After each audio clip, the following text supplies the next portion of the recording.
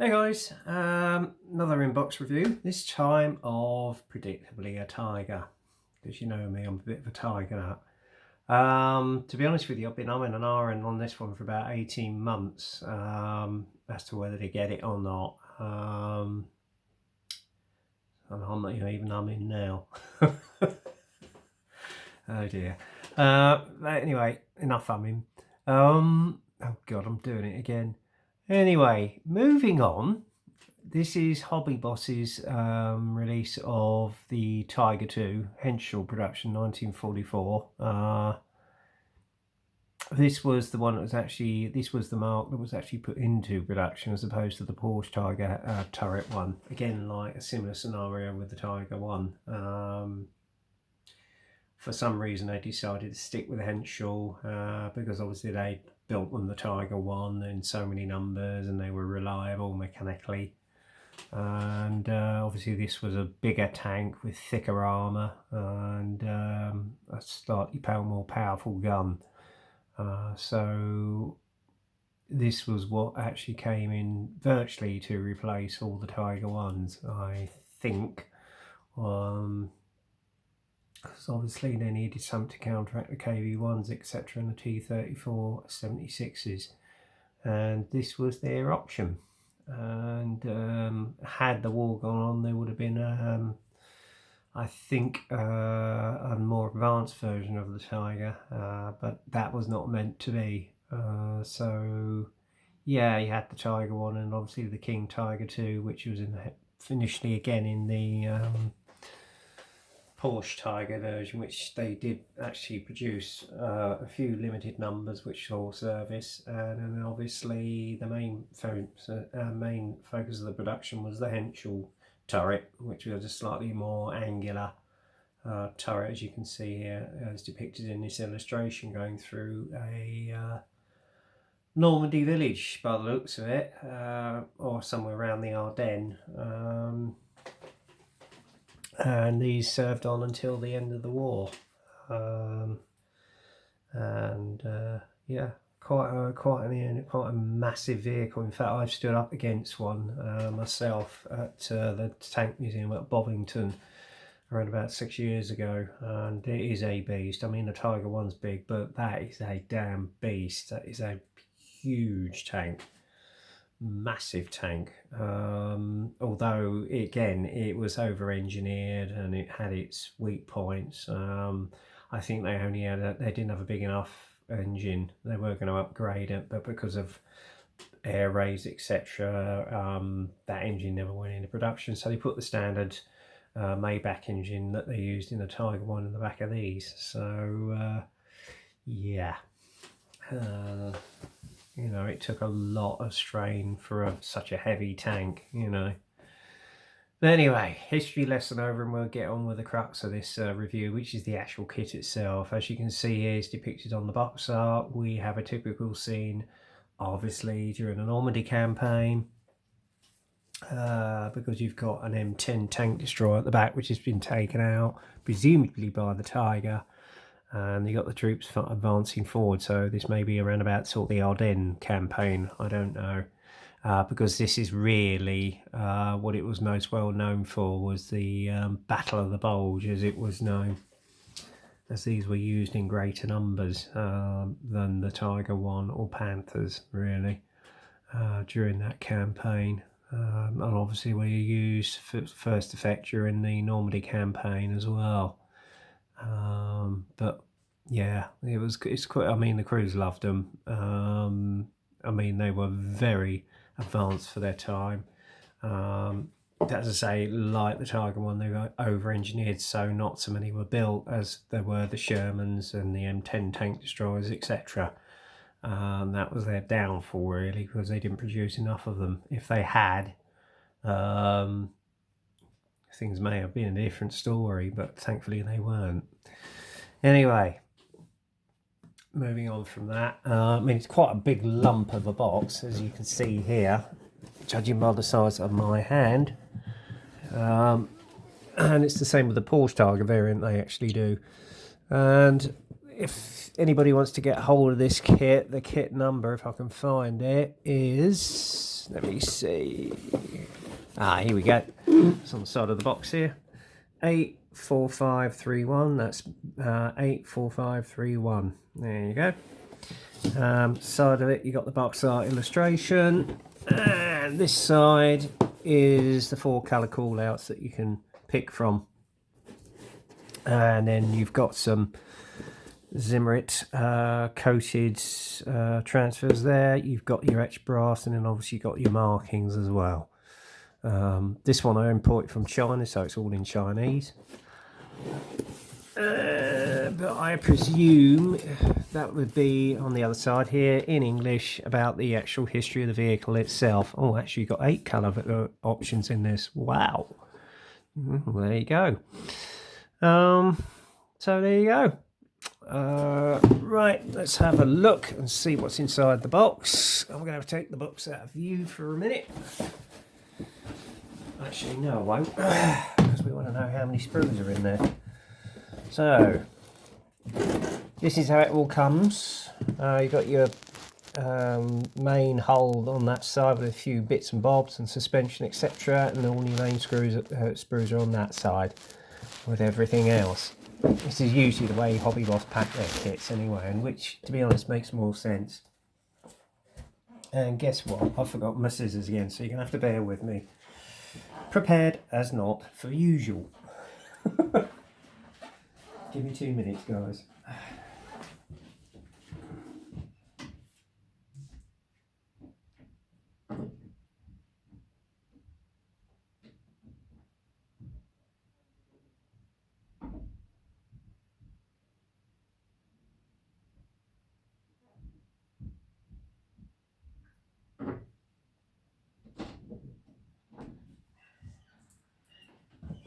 Right, didn't take too long because I managed to find them straight away.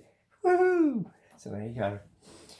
Right, what we'll do, initially in the main part of the box, you've got 1, 2, 3, 4, 5, 6, 7, 8, 9, 10, 12 sprues, the main parts, your hull, which you can see there, that makes it 13, 14, 15,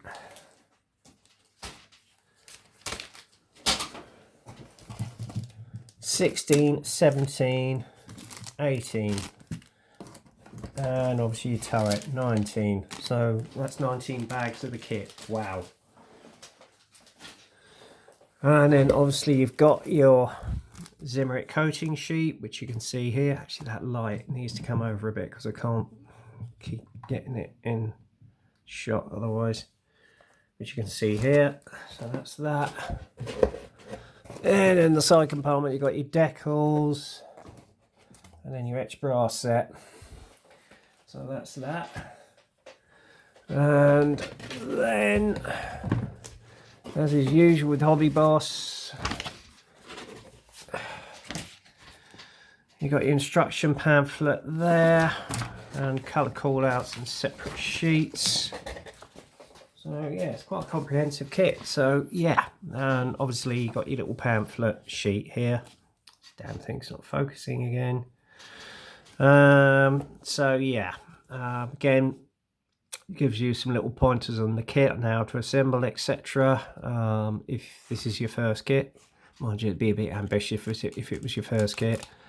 It's obviously telling you to suck eggs by applying the decals, but there you go. And then all your symbols up there during the construction. And on the inside, you got your sprue tree, just to make sure you got all your parts to your kit. I always check. And then there's your 3 main views of how to set the Zimmeritt. And obviously you've got one with no Zimmeritt, so it depends on which version you're doing. I think the ones in the Ardennes campaign didn't have any Zimmeritt, but all the ones that were based in Russia did, as far as I know. So there you go. Right, first is the hull itself, which you can see here. You've got the main two front drives which go on the front part of the actual lower hull, along with some of the suspension points there, and then obviously you've got your torsion bars which go in, and then they connect to your main suspension, which you see there, and obviously you've got the suspension for your final drive which goes on along with the torsion bar.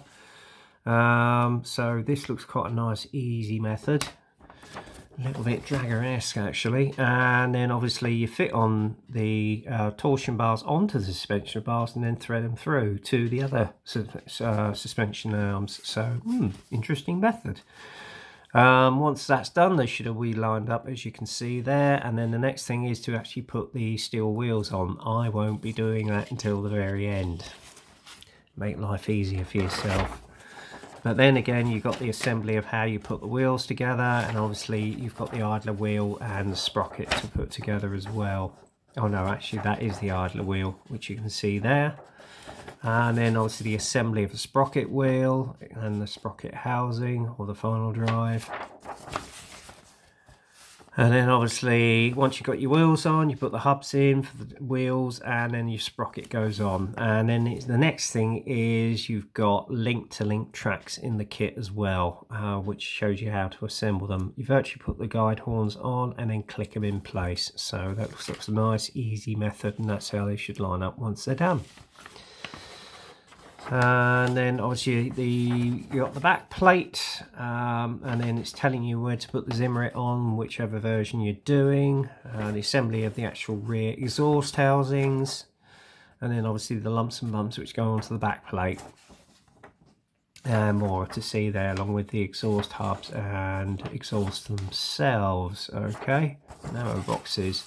Then you got the construction of the jack, as you can see there. This looks quite fiddly actually. That's how it should end up looking once it's done. And that goes onto the back plate of the KT. And then obviously you assemble the back plate onto the back of the lower hull, and then add the tow cables, or tow bars as it were. Next process is we go on to the upper hull, and obviously put in the light optics there for the vehicle. Okay, so that's that done, and then it's indicating what's that? Let me just have a look here a minute. Some little housing that's going into where the machine gun part of the actual vehicle is. This is just a guide, again, if you're doing a vehicle with a Zimmeritt. Actually, this thing, is it into focus? Can you see that, guys? There you go. As I say, that's to indicate where you put your Zimmeritt coating. Okay, and then the next thing is the assembly of the submachine gun, which is very much like a Tiger one. So you're all very familiar with that, and any Dragon kits that you've assembled, same process again. That goes into the machine gun hub, as you can see there on the upper hull. And then the assembly of all the clamps and grab handles which go onto the engine covers, etc., and air filters, and then that fits onto the back of the actual hull. And then obviously you put in the driver's hatches and the machine gunner's hatch as well. And again, this is another option at putting your Zimmeritt on. So there you go, and that's once you've actually got the tow bars on. So there you go. They've jumped to skip a page here, by the looks of it, yeah, because there's no indication of it. Oh well. Then the next thing you do is put all obviously the tools onto the back of the engine casing, and then obviously you've got the mounting for the optics, and then the tow cable goes on. Okay. And likewise the other side with the clamps, and then obviously your axe, and then your air filters go on to the front of the tank, and obviously put your drivers and that hatch on, and then your grilled extra brass parts go over the engine grills, as you can see there. Okay, now it's indicating where the grab bars are supposed to go over the actual crank handle, and also the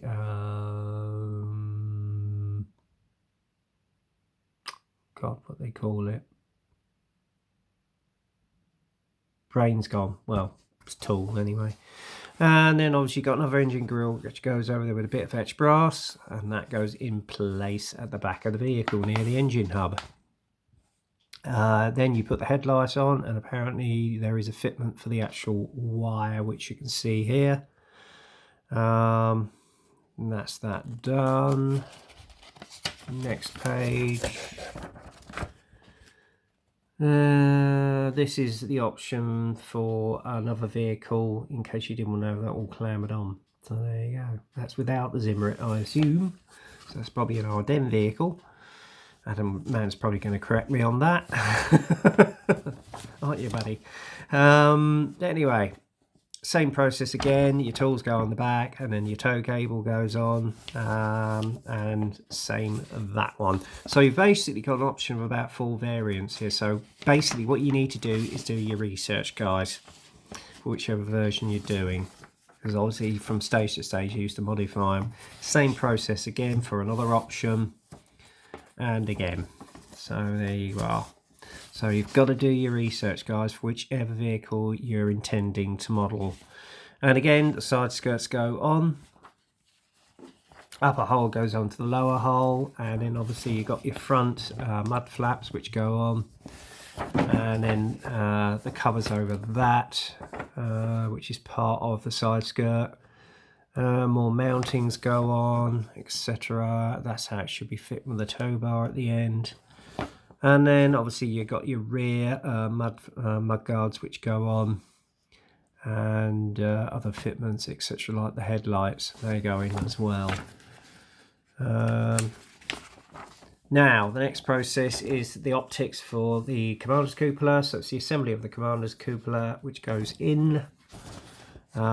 This I would imagine is the folder drive for, oh no, it's the mantlet for the turret, the actual main gun. And then obviously you've got the loader's hatch which you assemble with all the handles and the actual fixing, as it were. And then obviously the rear loader's hatch on the turret, which you can see assembled here with the grab handles, etc. Then the assembly of the actual barrel and gun breech which go on. So that's an interesting method, probably a lot easier. And then obviously you've got the side machine gun mounts which go onto the side of the gun breech. That is then all fitted into the lower part of the turret, where you got the 2 turret assemblies there beforehand. That goes in there. And then you got the upper part of the turret. Obviously it's guiding you where to do cuts on whichever version you're doing. So again, you've got to check you've got to do your research on whichever vehicle you're doing.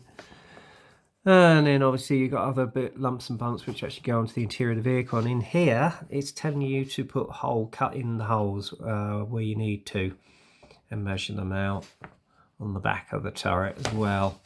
So there you go. Okay. And that's that. Next page, again, more lumps and bumps going onto the upper part of the turret. Looks like you've got a bulkhead here for the mantlet which goes in, or where the gun breech goes. So that's interesting. More lumps and bumps going in the interior of the turret, again there, which doesn't make sense because you're not going to see anything. And then obviously you add the lower part of the turret with the gun to the upper part of the turret and thread the barrel through it. Ooh, that's going to be interesting to put in. And then obviously it's guiding you, if you're putting the vehicle on with Zimmeritt, where the Zimmeritt coating goes. And then add the loader's hatch. The air filter goes on, grab handles go on. Okay. Again, this is where the commander's cupola is put on. Housing for the optic goes in. Rear hatch goes in. Brackets for your spare tracks go on the side of the turret. Another lumps and bumps go on top of the turret here, including the machine gun housing, which you can see there. And then obviously spare tracks go to either side of the turret, which is indicated again there. And then your MG34 goes on the top there on the mounting. And then obviously you've got the assembly of the gun breech, which you can see here. Okay, and then in some cases it's saying telling you to file and sand the holes there, so well, it depends, I suppose, which version you're doing. Again, I suppose that's just in case you're doing an Ardennes version, which didn't come with Zimmeritt. So I think they basically produced them out of the factory and just sent them straight to the front. Unlike the ones that were in Russia, which had a Zimmeritt coating, which you've got a guide to here once again. Okay, then it's the fitting of the turret to the lower to the hull, and that's your tank built. So there you go.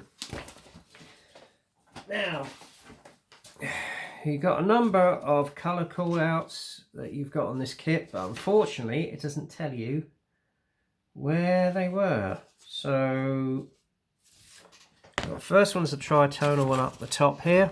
Doesn't tell you what unit is, which is a bit of a pain because in most kits they do. And this one I can only imagine was a very late war scheme. Maybe in Berlin, because I know there were a few which were taken out in Berlin. So yeah, don't know. And then obviously you've got two familiar colour schemes. You've got the Ardennes version here, kingtiger, and then one which was we will well know it was out in Russia, which obviously has got Zimmeritt coating. Now I might plump for this one actually. So this looks rather interesting. But the only thing is, where you've got the knight stand, that apparently was cut out, and there was no Zimmeritt in there. So that's going to be interesting. So whether Hobbyboss have accounted for that in this, I do not know. We will come across that. And this one, you've got another one. In fact, you've got 6 options here. Again, you've got another Ardennes Tiger 104. And this one is in a winter scheme, 131. So yeah, very interesting. 224, which I know was an Ardennes vehicle. I'd love to know what Kurt Nisbel's vehicle was. I can't remember what pennant number it was. So if anybody knows, put a comment in the column, because I am actually thinking of doing, I think, Kurt Nisbel's Tiger at some stage. So yeah, just put a comment in the column if you know what the pennant number is for Kurt Nisbel's kingtiger. So there you go. Right, we're going to go on to the sprues. We're going to go on to the main sprues first. So let's have a look at the kit parts. And there's quite a few, so this may go on a bit longer than planned. Because I did do a review of a twin set last night by ICM, which had a kingtiger and a T34, and for some known reason it wouldn't upload, so I've decided to do this one today. So we got the parts of the turret itself. There's some nice detail around here with the turret ring, as you can see here, for the mount. There's your hatches right there. That's your front part of the turret, the rear turret. And the thing is, I love the fact, I don't know if you guys can see this. Hang on, let's see if I can focus it in. Come on. Behave. There we go. You've got some nice casting texture there as well, which I really think is a good thing. And then obviously you've got your air filters on here. Lumps and bumps. Another hatch. Again, there's a slight hint of casting texture on there. The upper housing for the lower part of the turret. It won't matter with these because you're not going to see them anyway once the actual thing is placed. And the interior detail on the hatchet is very nice. So yeah, and then obviously you've got the front part of the turret there. Part of the gun breech, which you can see here. One of these grab handles. There is your reach, as it were. So yeah, nice, crisp and clear. And I love the fact you got a little bit of casting texture on the front mantle here. That's very nicely done. And also on the actual housing for the exhausts, there's some nice casting texture on that as well. And some nice surface texture on the rear turret hatch as well. So yes, that's nice. Right, let's pop it back in the bag so I don't lose any of the parts.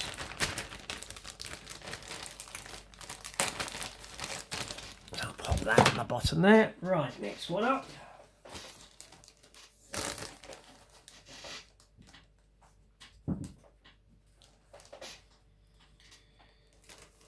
Okay.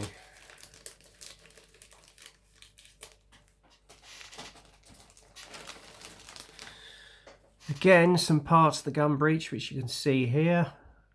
Engine deck, which you can see there as well. Again, there's some nice surface texture on there, which I appreciate the Hobbyboss doing.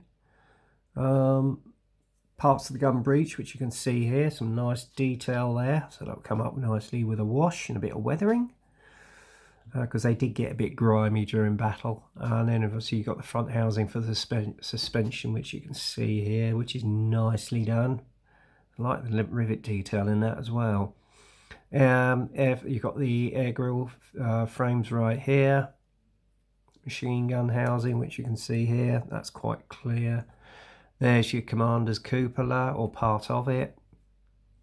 Again, more parts of the gun breech, which you can see here and here and here. So yes, very nice indeed. Yes, lovely detail on that. And the thing I also like is the ammo box. You've got a nice wood texture on it as well. So yes, very nice. Okay.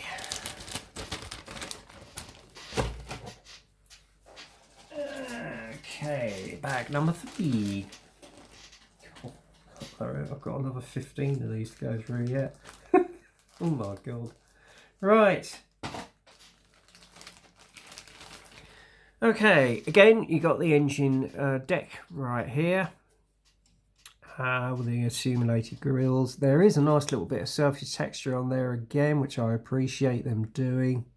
Just adds to the kit. And then obviously you've got part of the front mudguard set there. Not quite sure what those are, but there you go. That is actually part of the front part of the actual skirt, which you can see. Again, nice little details there. And you've got the rear back plate.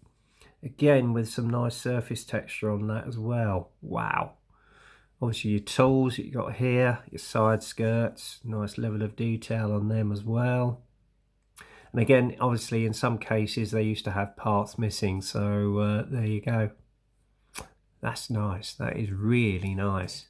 And I love the detail on the actual tools as well. Very nicely done. Right, put that back in its bag. Let's get them back in there in the right order. So, trying to get them to overlap so that they will sit properly. There we go.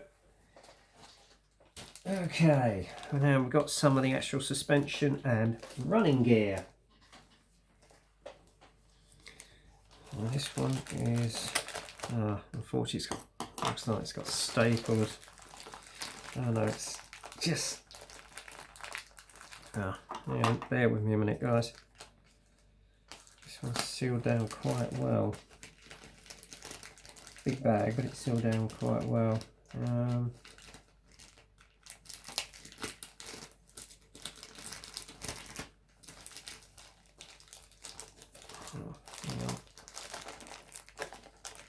cool. Oh, they did seal this well. Right, bear with me.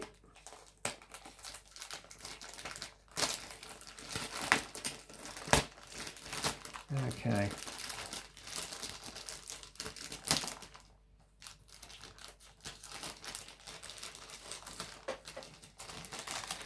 Right, I'm only going to bring out one of the 2 sprues here to show you basically what the quality of them is.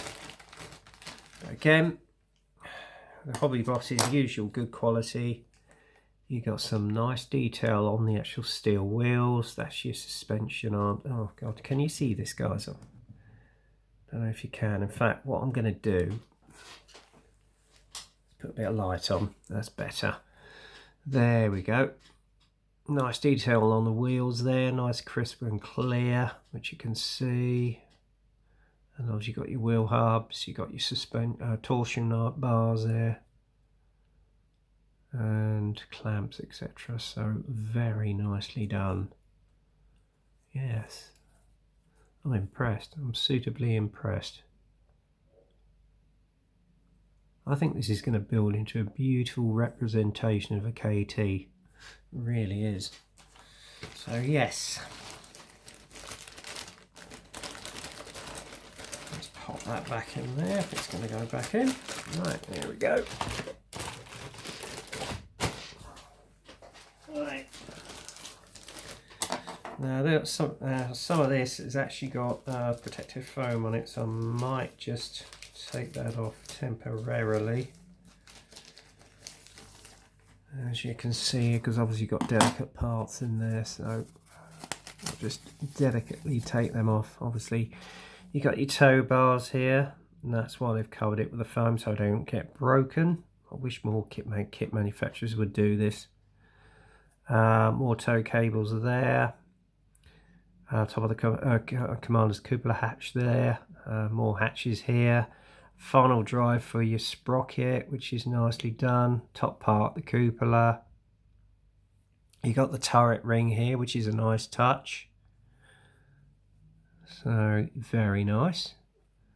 And obviously, for some reason, you've got two more housings for your exhausts. So well, that's a good thing to have, because if you lose a part, you've got a spare there. Again, there's some nice casting texture on that as well. And then obviously you got the machine gunner's hatch there, and the fire extinguisher as well. Nice detail on that. It's come up nice with a wash, etc. So yes, very nice indeed. And there we go. And the barrel rods. So yes, that's what I was trying to think of earlier. It was a barrel rod. Right, it goes in there. Oh, actually, nearly forgot. I must put my phone back on because I don't want it to get damaged. So yes, there we go. Pop it back on. Oh, it's easy to get off. It's a devil to get back on again. Oops, done it. There we go. Right, that's that back in there. As and when I move, obviously that will be the next place will be when I start building again. Okay, right, and then obviously you got another bag of running gear, which you can see here. Okay, the torsion bars, etc. So I'm going to put them in there. And what I may well do is I'll take one set of these track links out and you can have a look at them.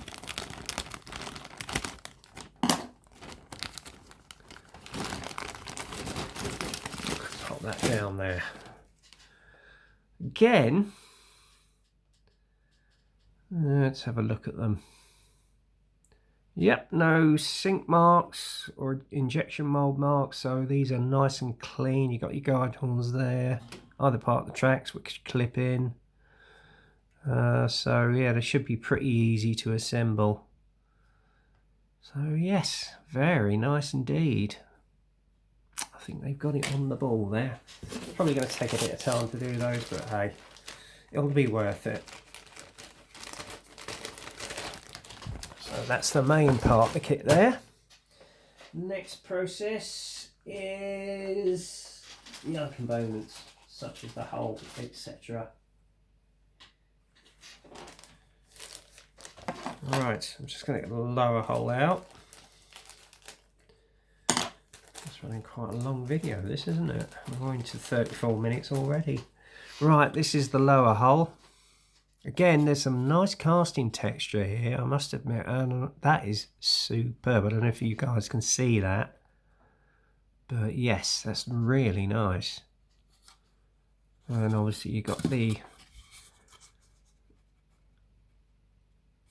marks on there, and so yeah, again, there's some, if you put your finger across it, you've got a nice rough texture on there, so there's some nice casting texture on that. Very nice indeed. Obviously you've got the interior there for where your torsion bars go. So very nice. that in there. Okay, now I've got to debag the upper hull.